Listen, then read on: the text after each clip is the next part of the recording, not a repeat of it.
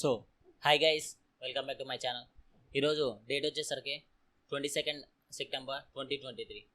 ఈరోజు వచ్చేసరికి మన ఛాలెంజ్లో Day-14. ఈరోజు వచ్చేసరికి నేను మొత్తం 2 పొజిషన్లు తీసుకున్నాను.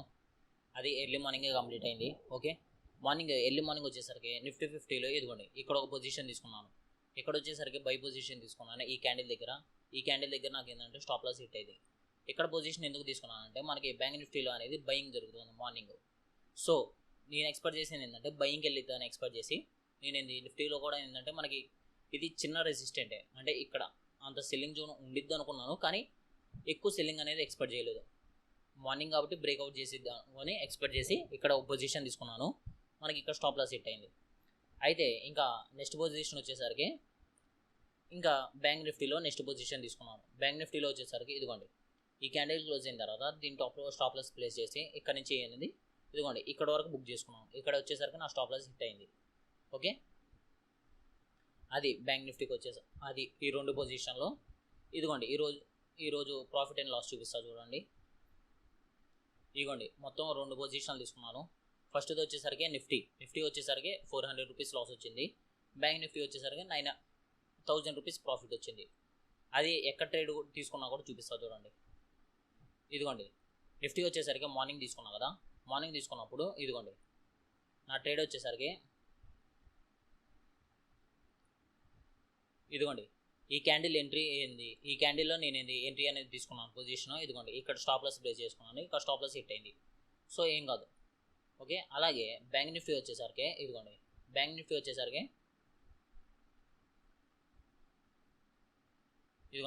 నిఫ్టీలో నా టార్గెట్ వచ్చేసరికి ఇదిగోండి ఎంట్రీ పొజిషన్ వచ్చేసరికి ఇదిగోండి ఈ ప్లేస్లో తీసుకున్నాను. ఇంకా నా టార్గెట్ ఇదిగో స్టాప్ లాస్ వచ్చేసరికి ఇదిగోండి ఈ క్యాండిల్లో స్టాప్ లాస్ అనేది హిట్ అయింది. ఇంకా మీకు డౌట్ వచ్చి ఉండొచ్చు, ఇంకా మార్కెట్ ఇంత మూవ్ అయింది కదా ఇంకా పొజిషన్ తీసుకోవచ్చని.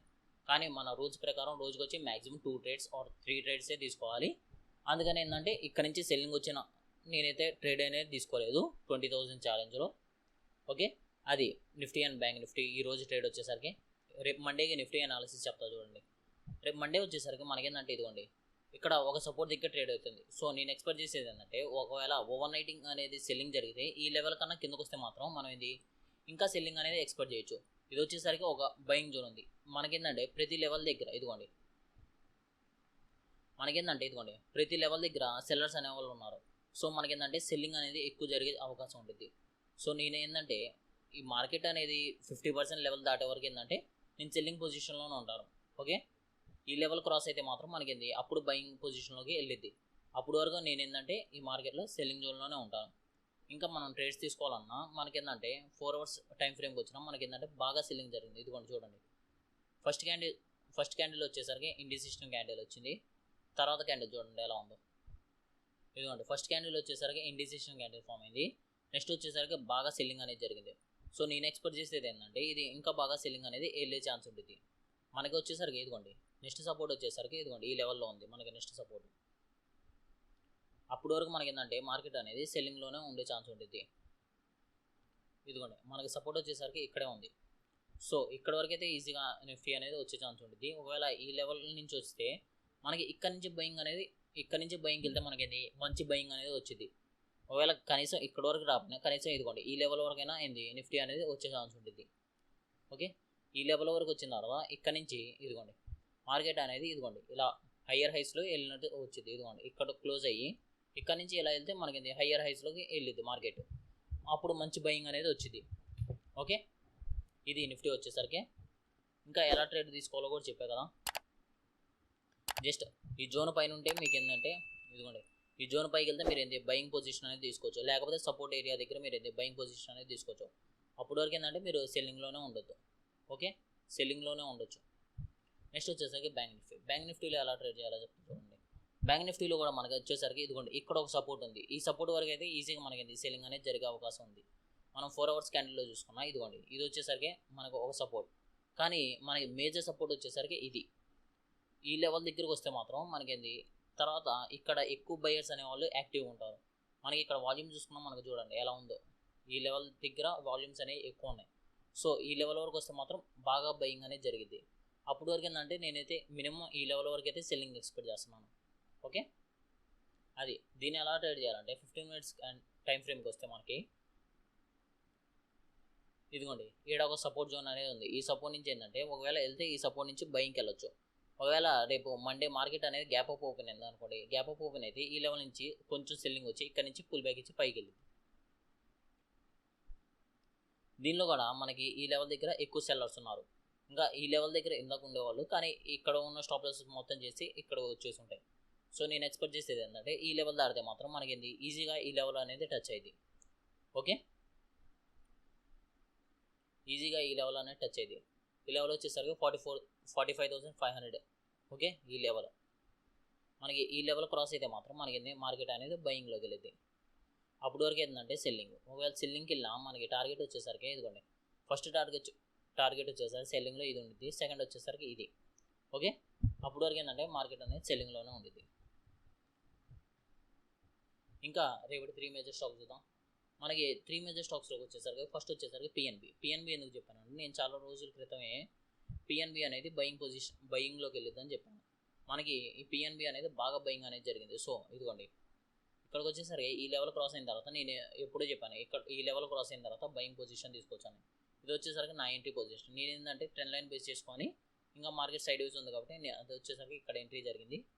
సో నాదైతే ఇంకా పొజిషన్స్ అనేవి హోల్డ్ చేసుకున్నాను, ఎందుకంటే నాకు ఇంకా మార్కెట్ అనేది ఇంకా బాగా బయింగ్కి వెళ్ళిద్దని హోప్స్ ఉన్నాయి. సో ప్రైస్ యాక్షన్ ప్రకారం అయితే ఇదిగోండి, ఒకవేళ ఈ లెవెల్ దాటితే మాత్రం నేను తీసేస్తాను. 74 కన్నా కిందకు వస్తే మాత్రం నేను ఇంకా ఈ పిఎన్బిలో ఎగ్జిట్ అయిపోతాను. అప్పటి వరకు ఏంటంటే నేను పొజిషన్స్ అనేవి హోల్డ్ చేసుకుంటాను. నాకు ఈజీగా ఇది 40 to 50% అనేది ఇచ్చింది ఆల్రెడీ. ఈజీగా నాకు ఇది 20% రిటర్న్ అనేది ఇచ్చింది. ఓకే, ఈ 74 లెవెల్ దాటితే నేను ఎగ్జిట్ అవుతాను. అప్పటి వరకు ఏంటంటే బయింగ్లోనే ఉండిద్ది. మనకి ఇక్కడ చూసుకున్నాం, మనకి ఏంటంటే ఇదిగోండి హయ్యర్ హైస్లో వెళ్తుంది. ఇది ఫస్ట్ ఇలా హైకి వెళ్ళింది, తర్వాత కొంచెం సైడ్ వేస్, మళ్ళీ హైకి వెళ్ళింది, మళ్ళీ డౌన్కి వచ్చింది, మళ్ళీ హైకి వెళ్ళింది, సైడ్ వేస్ అయింది, మళ్ళీ హైకి డౌన్కి, ఇప్పుడు మళ్ళీ బయింగ్కి వెళ్ళే ఛాన్స్ ఉంటుంది. సో నేను పిఎన్బిలో అయితే బయింగ్ అనేది ఎక్స్పెక్ట్ చేస్తున్నాను. ఓకే, దీనిలో ట్రేడ్ చేయాలన్నా మీరు 15 minutes టైం ఫ్రేమ్ వస్తే దీనిపైన ఇదిగోండి దీనిపైకి వెళ్తే మాత్రం మార్కెట్ మీరు బయింగ్ పొజిషన్ అనేది తీసుకోవచ్చు. దీని కింద ఏంటంటే స్టాప్ లాస్ ప్లేస్ చేసుకొని దీనిపైన అనేది మీరు ఎంట్రీ అనేది తీసుకోవచ్చు. మీకు ఈజీగా రిటర్న్ అనేది ఇచ్చేది పిఎన్బిలో కూడా. ఓకే, ఇంకా నెక్స్ట్ వచ్చేసరికి టాటా మోటార్స్లో కూడా నేను చాలా రోజుల నుంచి చెప్తున్నాను ఏదంటే మనకి ఏంటంటే మెయిన్ లెవెల్ అనేది క్రాస్ అయింది. సో సెల్లింగ్ అనేది జరిగే ఛాన్స్ ఉంటుందని. ఓకే, నేనైతే సెల్లింగ్ ఇదిగోండి ఈ లెవెల్ వరకు అయితే సెల్లింగ్ అనేది ఎక్స్పెక్ట్ చేస్తున్నాను. ఒకవేళ దీంట్లో ట్రేడ్ చేసుకోవాలన్నా మనకి ఏంటంటే ఇదిగోండి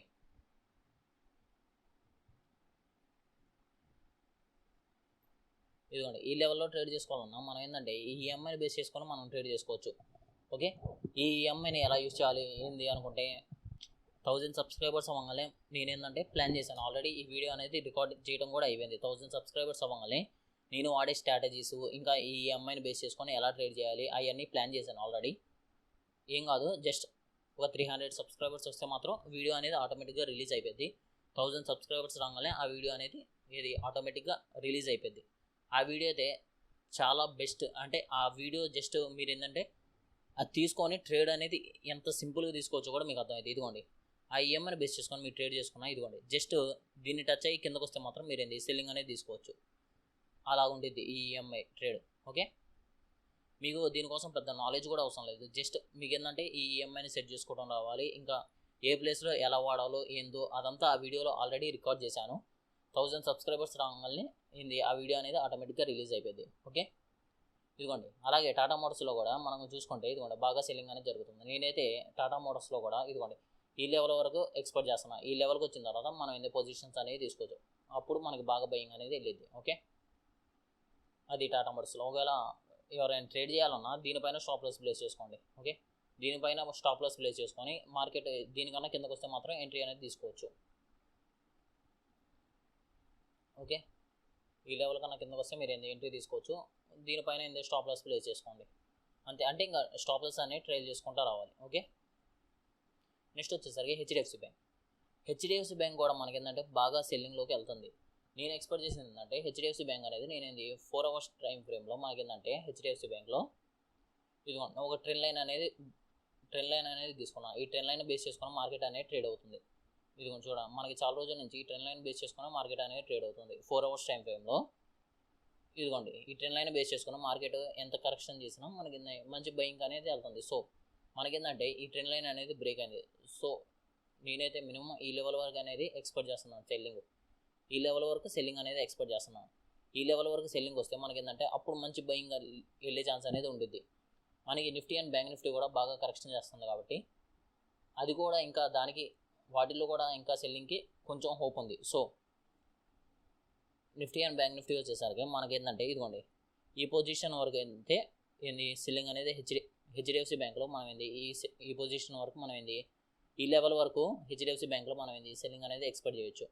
ఈ లెవెల్కి వచ్చిన తర్వాత వెళ్తే అప్పుడు బయింగ్కి వెళ్ళేది ఛాన్స్ ఉండేది. ఓకే, ఈరోజు 3 మేజర్ స్టాక్స్ వచ్చేసరికి ఇంకా ఐఆర్ఎఫ్సిలో ఎవరైనా ట్రేడ్ తీసుకున్నా లేకపోతే ఆల్రెడీ ఇన్వెస్ట్ చేసినా వాళ్ళైతే ఇదిగోండి ఈ లెవెల్ వరకు వెయిట్ చేయండి. ఈ 74 లెవెల్ వరకు వెయిట్ చేస్తే ఇదిగోండి ఈ 68 లెవెల్ వరకు వెయిట్ చేయండి. ఈ 68 కన్నా కిందకు వస్తే మాత్రం మీరు దీంట్లో ఎగ్జిట్ అయిపోవచ్చు. అప్పటి వరకు అయితే మీరు ఏంది ఈ పొజిషన్ అనేది హోల్డ్ చేసుకోవచ్చు. ఓకే, సో ఇక్కడ వరకు వీడియో చూస్తుంటే వీడియో ఎలా ఉందో కింద కామెంట్లో మెన్షన్ చేయండి. ఎవరైనా ఛానల్కి కొత్తగా అయితే ఛానల్ సబ్స్క్రైబ్ చేసుకోండి. Thanks for watching. Bye bye, see you on next video.